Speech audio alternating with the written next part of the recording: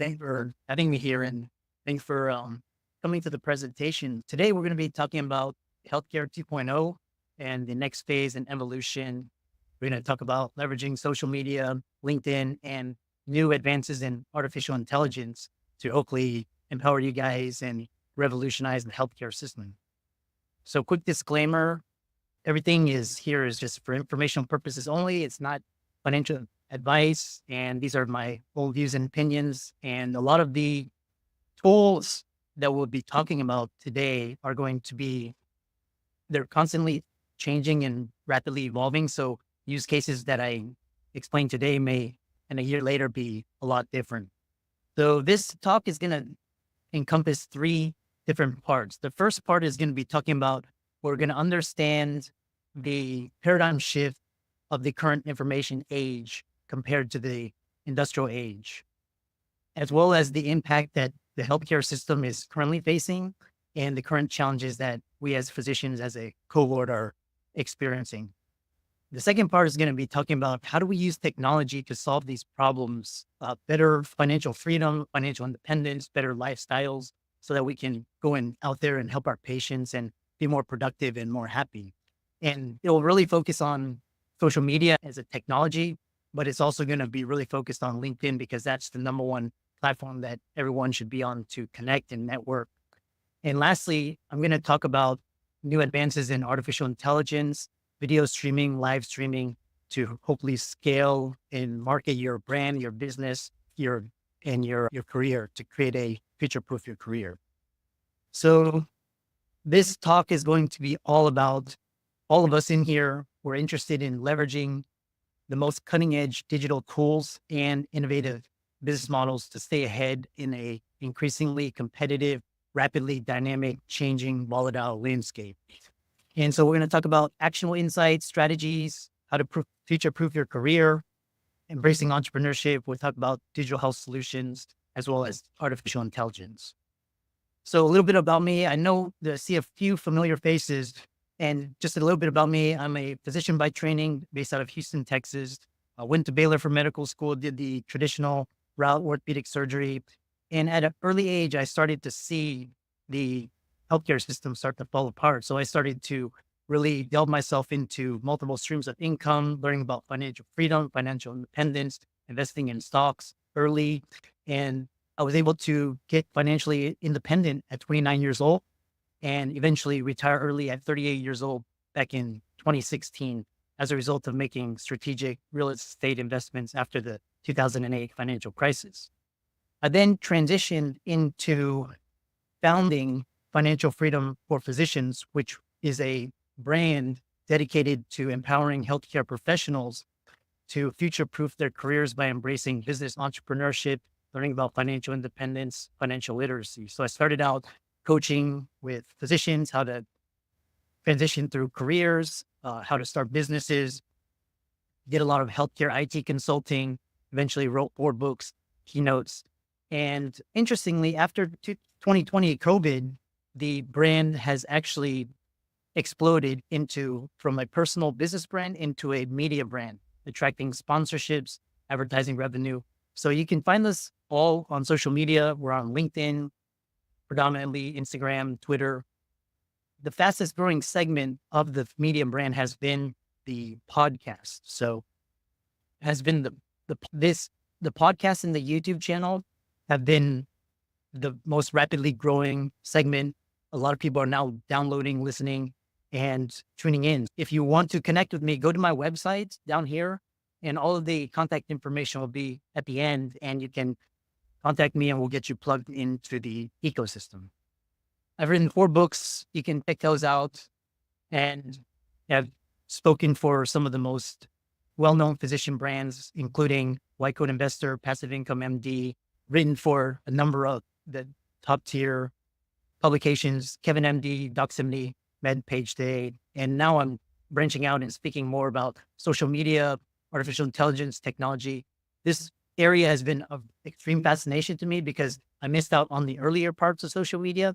And I realized how powerful social media, as well as combined with artificial intelligence, will help you in scaling your business, your brand, your company, and your impact. Yeah. So I started earlier on. We'll talk about the main, we'll get into the meat of the talk now. That's enough about me. And so I'm going to shift to understanding and navigating the shifts. I mentioned I saw the healthcare crisis coming in 2002. I didn't realize it would come in the form of a pandemic. And COVID really highlighted the importance of really recognizing changing paradigms and being able to adapt and shift rapidly. And just as the next wave of shifts, what came from COVID, I believe the next phase of shifts and disruption will come from artificial intelligence. So it's really important to understand this technology, how to use it. There's so many different use cases and how to really capitalize on this trend. Quick background. I mentioned information age has transitioned from a really stable, predictable 9 to 5 workforce economy into a very highly unpredictable, unstable, highly complex, highly dynamic, volatile economy. And right now we have to really prioritize financial freedom, financial independence, a location, time independence, as opposed to just the traditional 9 to 5, trade your time for money, because that won't scale in the next 10 years. And come March 2020, I got onto social media, started writing articles for some of the leading publications, Kevin MD, highlighting the current challenges, the current issues that physicians were experiencing: burnout, poor accessibility, affordability, poor access to quality of care, and how we could look at concierge medicine as an alternative or as a potential solution for healthcare seeking to offer top tier care while at the same time preserving them and their financial liability, their livelihoods. So it's really interesting. I'll get a little bit on my soapbox. It's really disheartening that we live in the most advanced, technologically strong country in the world, and our healthcare is in the state of system that it is. I've traveled around the world, lived across different countries, and other countries can do healthcare more efficiently, more cost effectively, with better outcomes. So we should be able to strive for that standard. Which brings us, so that was the first part. Second part is, now that we understand this current state of affairs and how it's impacting healthcare and workers, we're going to look at how do we use technology to solve the problems that we're currently experiencing. So 2 years ago, I spoke about the importance of building a robust brand using social media here in this exact same room. And the reason why social media can be such a powerful tool is because you're leveraging attention as currency to develop a form of social capital. It can create a brand following, engagement, community following. And so therefore that separates you independent of an insurance company or somebody paying you, because you're able to create a strong brand that your community and following can then pay you for your books, your services, your consulting, your coaching, etc.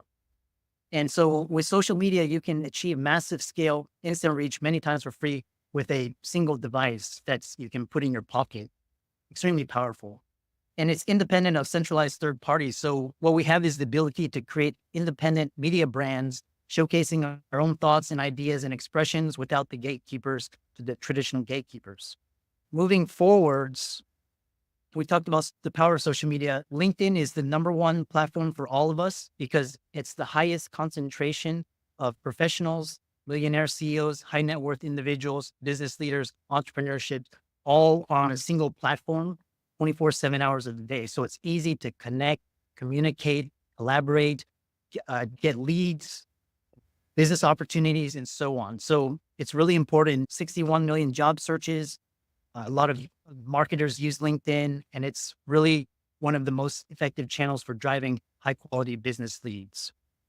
So that's social media in a nutshell. And you can contact me because I have the recordings, and which brings us to the next crucial part of our discussion, the meat of the discussion. And that's AI and other video media technologies and advancements. And that's why we're here today. Brief background: mid-20s, 2000s, because of the innovations in mobile, cloud, and social media, consumption has evolved from static text such as blogs and newsletters into real-time live interaction media, including short, long-form content, video, podcasts. Now we have audio and video podcasts, as well as live streaming. And when we combine it with generative AI and social media, we can scale our brand message and create a whole new level of engagement that we're just starting to see the tip of the iceberg. Interestingly, AI, we've seen that it can automate and reduce the amount of repetitive routine tasks, eliminating the need for a lot of traditional jobs. But what is more concerning is that 70 is the ability of AI getting so good that it can replace the skill sets of higher level order thinking, such as CEOs, business leaders, managers. So if you look at this startling statistic, 78% of executives believe that AI will get so good that their jobs will be replaced. I was having lunch with one of my colleagues the other day, and he's an entrepreneur, and he was talking about sometimes employees don't show up to work or the recent labor strikes. And so he was thinking about how he could use AI, software, robotics in the future to create systems and dependable, efficient, cost-effective workforce. And with the right investments in infrastructure, a lot of these upfront costs can be depreciated over time. So it's going to actually be a investment. And what's going to happen to the traditional jobs, the cashier, the server, et cetera. But it's really important to remember that AI itself is only a tool, and how we choose to use it is going to determine its impact. So another example in my business, 2 years ago, before ChatGPT went mainstream, I was paying around on the order of tens of thousands of dollars on editing, assistance, back and forth, et cetera. The last 2 years with AI, I'm paying less than $3,000 a year in these AI tools with a 4 to 5 times output and a greater than 70% reduction. So that's the highlight of where AI and this technology is going. And we need to constantly evolve, adapt, stay ahead of the curve as it becomes more pervasive. Extrapolating that example, if you think about the impact of AI on just my single company, think about on different businesses and industries, and particularly healthcare. Healthcare is one of those kind of legacy industries that's ripe for disruption. A lot of businesses and companies are going to really struggle in the next 5 to 10 years if they don't understand and get a handle on this technology. Just briefly, just look at the date, January 2023. Already OpenAI's ChatGPT was able to pass medical licensing exams and the MBA exam. So that was over a year ago. So what's going to happen to radiology, pathology, professions that rely on diagnostic, non-technical skills? What's going to happen to lawyers and all of these different jobs? It's really concerning. That's how fast this technology is progressing. That's AI in a nutshell, but let's look at what really powers these technologies, because we're going to get into the actual tools that I'm actually using in my company to actually build and scale and grow a successful and thriving media company. So at the core of all of these AI are the large language models. And I like to think of large language models as they are powering the next generation. It's based on, if you think about the Safari or the Chrome or the all these different browsers, these large language models are very akin to that. For example, a lot of companies, Google, Microsoft, Amazon, they're all developing their own large language models to try and compete with each other. So we're going to see right now, OpenAI is the one that's predominantly being used, but 5, 10 years, we'll see what happens. And you can basically generate dynamic text from inputs. Can be either text, it can be through picture or video, which I'm going to show you a little bit later. So a lot of parts of this talk, I used ChatGPT to give me creative direction, some of the titles, the headlines. A lot of the images that you see here were created with DALL-E and Midjourney, which are basically, you can take a text input and it can generate stunning visuals. And it's almost eliminated the need for a professional editor in my business. And what's really interesting is it doesn't even stop there with pictures. Now with video generation, it's still very early. But with Sora 11 Labs, you can actually create highly stunning videos through text inputs. Right now, the technology is still very early, but give it a year or later, I'm sure a lot of people are going to be using Sora and these different software to create videos, AI generated videos that are almost hard to distinguish between what's real and what's not. So moving into applications, we're really standing at a precipice. And what I'm describing here is just the tip of the iceberg. And look at some of the applications. For example, healthcare. Think about the clinical decision support. Think about all the physicians entering in data into the EHRs 24/7. What are we going to do with that data? There's going to be, what's going to happen to medical imaging, pathology, diagnosis when the AI gets so good that it can outread a radiologist or a pathologist? All these are really existential questions. We talked about We talked about social media, content generation, but look at all these seemingly disparate industries: customer support, education, finance, all of these. And what's really interesting is autonomous systems. So think about autonomous systems as software with robots and how that will impact military, defense, fire, police. So you don't have to put human lives at risk anymore. What's going to happen with autonomous driving, self-driving vehicles when there's Waymo or autonomous Teslas deployed in every single city? What's going to happen to the bus drivers? Our kids need driver's license, or will we need to even own a car anymore? These are questions. What's going to happen to the Uber Lyft drivers that depend on the ride shares for their income? And these are just industries mentioned here. And that's just the tip of the iceberg. Look at some of the successful AI use cases at some of the top institutions: Mayo, Sinai, Hopkins, Stanford, all of these. And you can see in cardiology, remote patient monitoring, radiology, all of these different things. And this is just the tip of the iceberg. Think about when these companies such as Google, Meta, Amazon actually get a foothold into these technologies and actually disrupt the entire healthcare system. It's going to unlock a lot of use cases and a lot of applications. To summarize, we're about midway. We've talked about advancements, applications, AI. Let's look at the actual tools. So we're going to look at AI with different capabilities. We're going to look at ChatGPT, Otter AI, and Descript, and as well as live streaming. These are actually tools that I use to actually create and build and scale a thriving business. So first thing is ChatGPT. That's going to be the workhorse. That's going to be like, if any of you are not on it, check it out. There's a free version. There's also a paid version, and it's based on a advanced large language model. So it's going to be your workhorse. And what's interesting is that it has contextual understanding. So any text or input, it can remember, it can generate outputs and inputs. It can fine tune across medicine, law, accounting, different industries and professions. And really with multilingual support, it can actually translate across different languages seamlessly. So it actually decreases the language barrier. And you'll see that some of the software that I'm describing, there's other software platforms that are integrating ChatGPT into their platform. So it's really becoming ubiquitous and you'll see its impact much more greater in the next few years. I use ChatGPT a lot. So I use ChatGPT a lot in content creation. It can, like I said, it can act as a personal assistant. It can act as a creative writing assistant. A lot of things I don't understand, I can go and ask it questions, and it can actually give me really great detailed questions that answer my queries. It can also, like I said, function in this area. And what's interesting is a lot of for example, my niece and nephew are using ChatGPT to create apps, as well as a lot of the younger generation are using ChatGPT to spin up websites, start businesses, really create companies much faster, much quicker. So the barriers to adoption are decreased.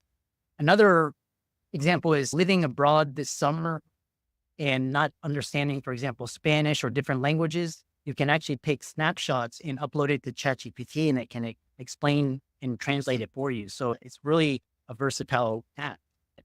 The other example is, so I went on the ChatGPT and I was like, okay, create a slide about this question to make it more engaging for the audience. And it actually came up with all of these different options, which I actually used in my titles and my headlines. So you can see how powerful this is if you give it the right prompts in the right context. So the next tool is Otter AI. And this is really good if you're using business meetings, if you're lectures, Zoom meetings. I use it quite a bit. And it's really good for real-time transcription. So basically it can record a conversation in real time where you can actually upload it. So for when I record a podcast, I can upload it to Otter AI and it can give me the transcript. What's really key about the transcript that I have learned is that the transcript is actually a physical copy of the conversation, which you can then upload to ChatGPT, and it can give you the keywords or phrases you use in your blog, your YouTube description, your podcast description, which makes it more highly searchable for search engine optimization, which one of the tasks to keyword. Another word we can ChatGPT. We're going to write down a copy one. Are you on the free version? You're on the paid version. Okay. mom and friends that come are we check. Yeah. Talk with me afterwards because I had that same problem, but I was using the free versions, but I original. So yeah. That's more than 4. Upload at 4 minutes. After that, somehow it becomes free. Yeah. Before it would, yeah. It'll be good to talk with because actually I know because we're pressed for time, but I'm giving a similar talk on Saturday, and I'll see you guys in this conference. So I'm happy to answer questions. I can show you how I use things and network and collaborate. So moving on, the other AI tool that I use is Descript, and this has been it's really been awesome because basically Descript is a cloud-based AI video audio editor. So I mentioned I was paying tens of thousands of dollars for an editor 2 years ago. With Descript, I can pay $10 a month and it can do the same thing, even better than a professional editor. It can take the transcript as well. It can create a YouTube description, headlines. It can optimize for search SEO. The really beautiful thing about it is that it can remove fillers and ahs and ums and awkward pauses. So when you actually listen to my podcast, it's actually quite good. It can, I was surprised myself. Yeah. So it's really good for podcasting and video production for you that are doing educational content, business presentations, marketing, and this generative AI is going to be really interesting because I was also playing around with it and it can actually clone my voice. So it cloned the voice of myself and I can say this. So it gave a 3 to 5 minute presentation and all I had to do was upload a JPEG of my image and it gave a 3 to 5 minute presentation. Really powerful once this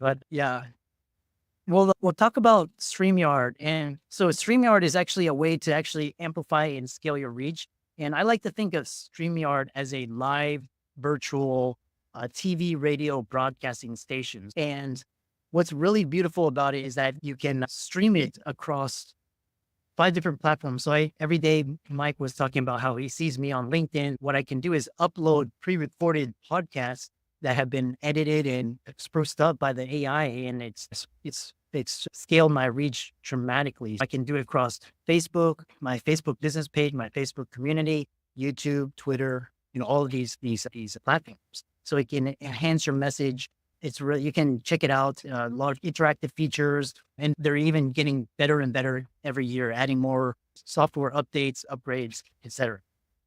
Again, the other thing is I noticed that a lot of the audience here, they have their practices. What I recommend is to outsource all of this to a team, like a social media team or somebody that can handle all this, because this is a full-time thing. But if you can have a team that does it well, and while you scale and build your practice, it can be extremely powerful.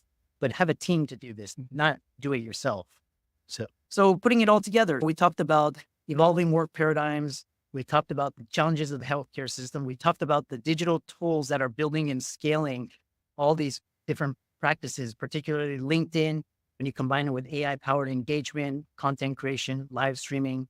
And again, the benefits for all of us is you get enhanced engagement, better marketing and visibility, improved profits, more efficient, and overall better lifestyle, which is why we're here today.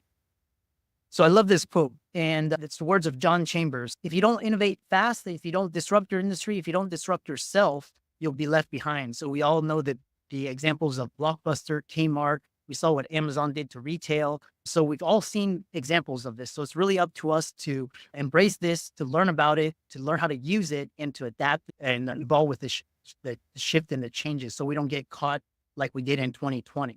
And we can use these tools to better engage and serve our patients, help our community. And with that, I thank you for your time and attention. You can get in touch with me. Get in touch with me at this email address and my website, and I'll get you plugged into the system. We've got a podcast, YouTube channel, all of our social media, and I'm happy to take any questions.